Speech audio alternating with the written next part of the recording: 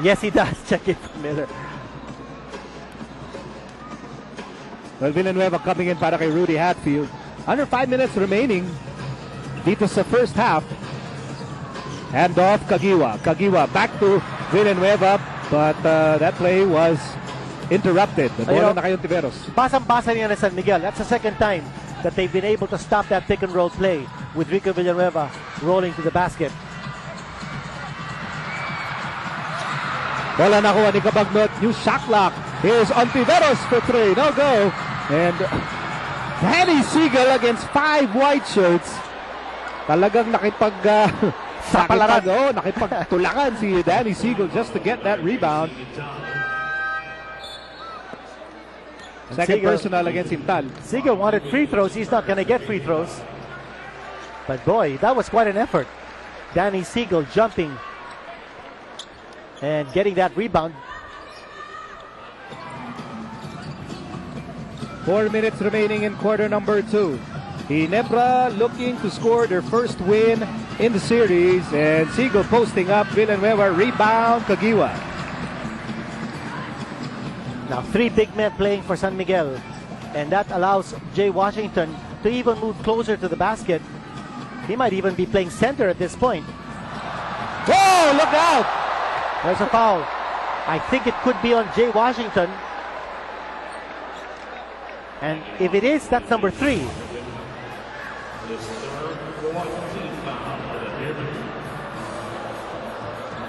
Strong move to the basket, very aggressive.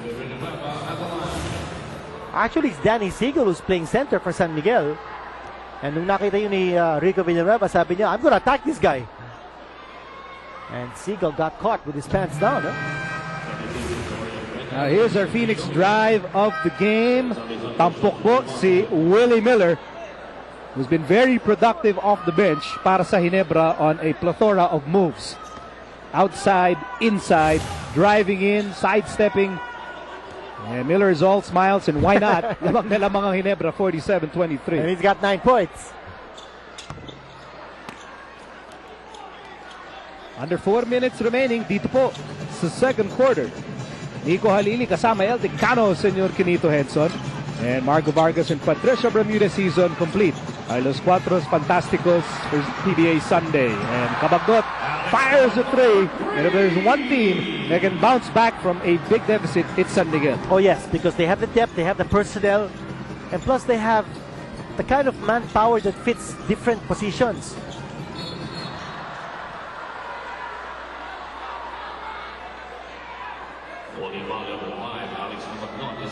First personal laban kay Cabagnot. This matchup between Cabagnot and Tubid has been a very animated one. Dahil si Tubid ang bumabantay kay Cabagnot on defense. Timeout tayo, 3:06 remaining. In the second quarter, it's been all Ginebra.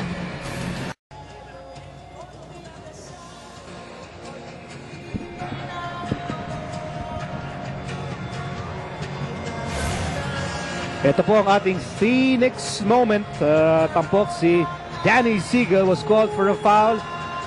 And multiple choice was A, was he happy about that call? B, was he distraught by that call? Or C, windang na windang ba siya sa tawag na yun? But nice to see Danny Segal so emotionally involved in the game. I mean, the intensity is back. This guy's a veteran. And when it's playoff time, you get guys like Danny Segal showing up. Here's our chairman, Rene Pardo of the PBA, also the B-Bank governor, along with Willie Marshall, and our good commissioner, Chito Salud, and Mayor Mario Raimundo, who's back in good form. Very good. Oh. Back to the game. Shot clock down to 7 para sa Ginebra. Shot clock down to 5. Villanueva has the ball. Shot clock down to 3. Here's Tubit. Shot clock down to 1. At yun, naubos na ang oras for the Gin Kings.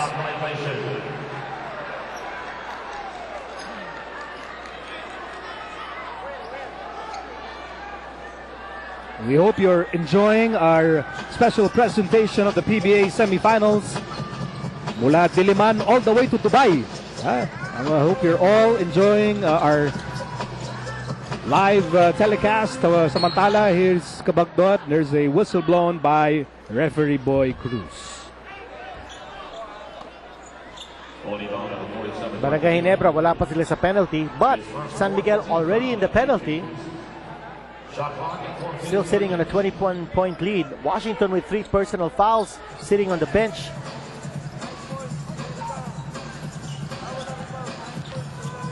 Cabagnod, top of the key. Shot clock down to 5. Cabagnod, zigzagging inside. Rebound, Sunday Salvacion, pero siya'y tinawagan ng loose ball foul. Nanulak sa ilalim.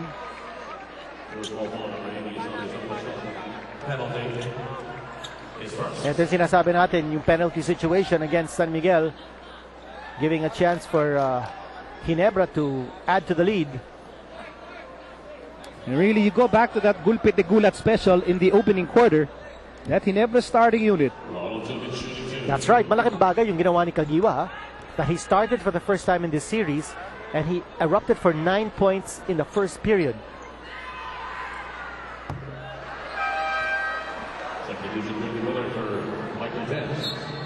Willie Miller is checking back in this ball game para kay Mike Cortez. And Miller will join Willie Wilson, Nico Villanueva, Mark Kagiwa, and the man on the line, Ronald Tubid. What a luxury here for Coach Joseph Pacheco. With Jay Washington sitting on the bench, he can afford to have Rudy Hatfield resting a little bit. Approaching the last 2 minutes of the first half. Santos. Shot clock down to 10. Santos turns around, high arcing shot. And there's Peña with a rebound and a putback. Offensive rebound once more for San Miguel. You know, a lot of Ginebra players are there for the defensive board. Yun nga lang, hindi sila nakakapag-communicate. No? They're gang rebounding, but they're not getting the ball. Shot clock down to 8 para sa Ginebra. You're still up by 20 big points. And it's a turnover in favor of San Miguel. Good double team there on Mark Kagiwa. Well, over the last several plays, mukhang sumisikip at depensang pinapakita ng San Miguel Beer. It's making Ginebra bleed for points now. And you know, for San Miguel, that's the only way they can come back. They play that kind of defense. Uh-oh. There's an offensive foul. It's against Dorian Peña. Yeah. And he knew it. Offensive foul number 4, Dorian Peña. His second. Dorian Peña caught setting an illegal pick. Binura si Willie Miller sa eksena. So 20 puntos sa kabante dito ng Ginebra. A minute and 18 remaining dito sa first half. And a nice pass for the Raging Bull. But he missed the first, but not on the second try. And that's the pick and roll that they've been trying to execute with Rico Villanueva. Finally, he got loose. And he missed. Well, Salvacion got loose as well on the San Miguel side. Last minute brought to you by Minute to Win It. Nasa huling minuto na tayo ng first half. 20 puntos pa rin ang abante ng Ginebra.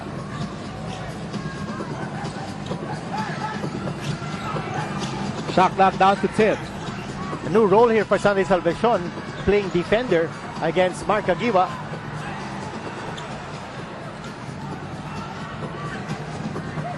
Paubos ang oras sa first half and a nice move by Alex Cabagnod.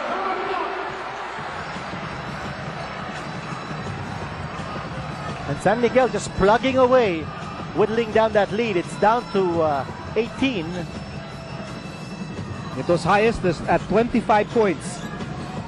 8 to shoot para sa Ginebra. 14 seconds remaining in the second quarter. And Kagiwa comes up short.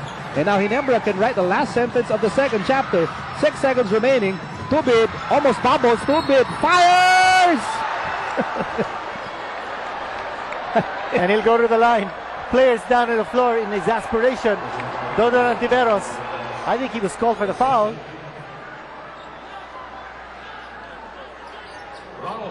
The second personal laban kay Ontiveros. And 2 free throws here para kay Ronald Tubid.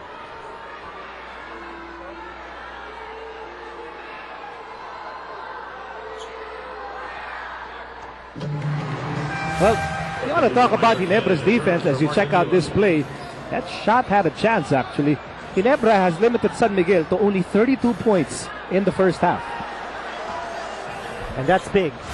And I'd be interested to find out what the shooting of San Miguel is in this quarter. It's 34% shooting for San Miguel, and that's a good sign that Ginebra's defense is clicking. Uh-oh. Well, bola pa rin ng San Miguel, but they only have 2.4 seconds to work with. They're down by 20. 1 second to go, and Cabagnot just throws the ball away. And sa pagtatapos ng first half, ang kupunan na mas nangangailangan ng panalo, ang kupunan na naniniwalang isang panalo lang at magbabago na ang tema, ang anyo ng ating series. Sila po lamang ng 20 puntos. 52-32, Ginebra on top in this ball game. Patricia is with Mark Spark Tagiwa. All right, well, Mark here was just about to talk about how you guys are a lot more disciplined tonight. You said you guys watched game twos, game tapes, and a lot of guys weren't going to their spots. What do you think are the factors in you guys playing better? Well, I think as a team, we're better when we're running our plays. The last 2 games we played against SMB, it wasn't like parang game nung Alaska, because Alaska we look more poised. But with San Miguel, we changed the different lineups. It's a whole different game. You know what I mean? So today, our game plan is working. We're running our plays. We're spreading the floor more, and we're getting open shots. That's the difference. What about you being a starter and Ginebra coming off a hot start in the first quarter? Well, those two have to go hand in hand, no? Well, I told coach that I wanted to start because so we could tell the guys to run to spread the floor more and get open shots. That's the only reason why I'm starting. All right, thanks a lot. We'll see more of you in the second quarter and more of you guys who are watching here. The PBA on Solar TV. We'll be right back.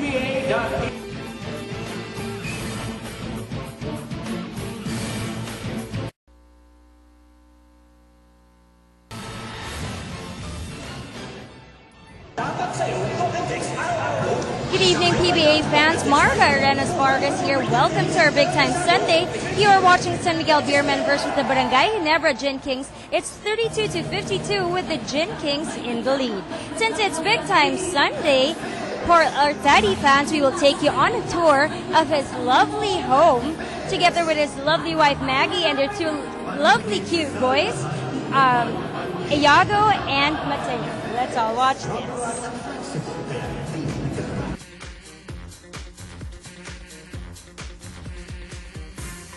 Hi PBA fans, I'm Paul Artadi of the San Miguel Beermen and this is my son Mateo. Let's get into my field. Tara, pasok tayo.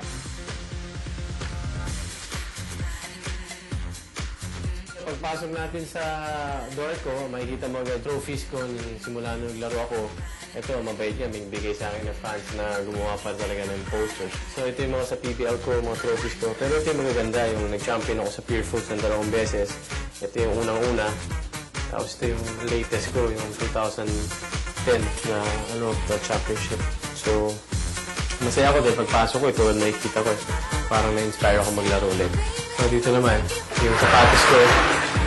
Mga sapatos ko, medyo kulang-kulang pa nga. And then, marami pa akong hindi ginagamit na sa kotse. So, sa akin to, dito sa misis ko, yung sa kanya. And then, yung sa kanya.